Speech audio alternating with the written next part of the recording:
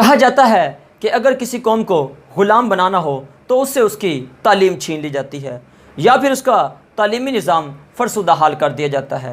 Education makes a people easy to lead but difficult to drive, easy to govern but impossible to enslave. यानी अगर किसी कौम को बर्बाद करना हो तो उसके तालीमी निज़ाम को बर्बाद कर दें। फ़िनलैंड जो कि पिछले कई सालों से दुनिया में हैप्पीएस्ट कंट्री कंसीडर किया जा रहा है, उसकी हैप्पीनेस की रूट कॉजेज़ क्या हैं, उसकी वजह क्या है? उसकी वजह यह है कि फ़िनलैंड में जो लिटरेसी रेट है वो 99.2% है, यानी वहाँ पे 100 में से 99.2% लोग पढ़े लिखे हुए।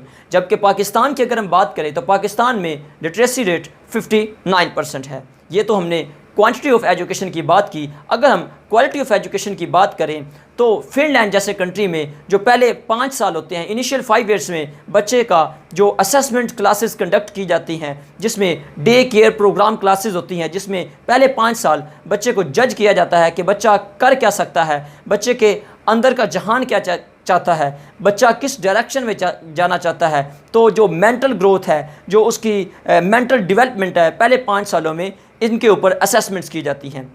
जबकि पाकिस्तान में क्या होता है कि पाकिस्तान में एक ही जैसा सिलेबस सबको पढ़ाया जाता है, जिसमें जो हर एक बच्चे को एक ही तरह से जज किया जाता है। एक ही मछली को कहा जाता है कि उसको पेड़ पे चढ़ने के लिए कहा जाता है, जबकि उसका काम पेड़ पे चढ़ना नहीं है, जबकि वो चढ़ ही नहीं सकती। अगर हम मछली को पेड़ पे चढ़ने को कहेंगे तो सारी ज़िंदगी वो इस सोच के साथ मर जाएगी कि वो एक स्टूपिड है, उसका काम नहीं है दरख्त के ऊपर चढ़ना।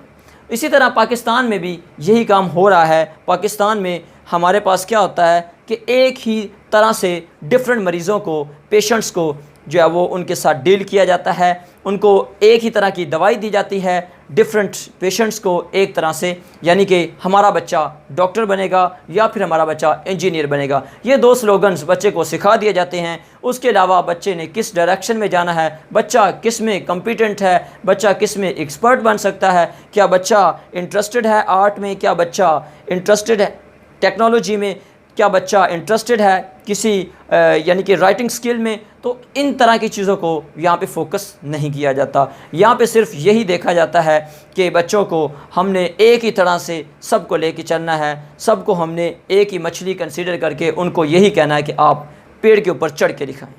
तो देखें, आइंस्टाइन ने ये बात की थी कि हर बच्चा जीनियस पैदा होता है, हर बच्चे का टैलेंट डिफरेंट होता है। तो जब तक हम बच्चों को उनका माइंड एक्सप्लोर नहीं करने देंगे, जब तक उनको हम प्रेशराइज्ड माइंड के साथ पढ़ाएंगे, तो इस तरह उनका प्रेशराइज्ड ब्रेन वर्किंग जो है वो नहीं करेगा। इसीलिए हमारे बच्चे कोई नई चीज़ें बनाने के काबिल नहीं होते। अब देखिए, दुनिया में जितने भी आप देखें सॉफ्टवेयर वगैरह यूज़ कर रहे हैं, जैसे फेसबुक आप यूज़ कर रहे हैं, व्हाट्सएप यूज़ कर रहे हैं, सॉफ्टवेयर को आप यूज़ कर रहे हैं, माइक्रोसॉफ्ट सॉफ्टवेयर, तो इनमें देखें ये तमाम जो जिन बंदों ने इनको डेवलप किया है वो सारे के सारे कॉलेज ड्रॉप आउट हैं, यानी उनको कॉलेज से निकाल दिया गया था। तो उन्होंने अपने माइंड को यूज़ किया, अपने माइंड को एक्सप्लोर किया, जिसकी वजह से उन्होंने इस तरह के सॉफ्टवेयर बनाए। तो जब तक हम माइंड को एक्सप्लोर नहीं होने देंगे, जब तक हम माइंड को प्रेशराइज रखेंगे, तब तक हम भी कुछ नया करने के काबिल नहीं रहेंगे। तो ये हमारा एजुकेशन सिस्टम है।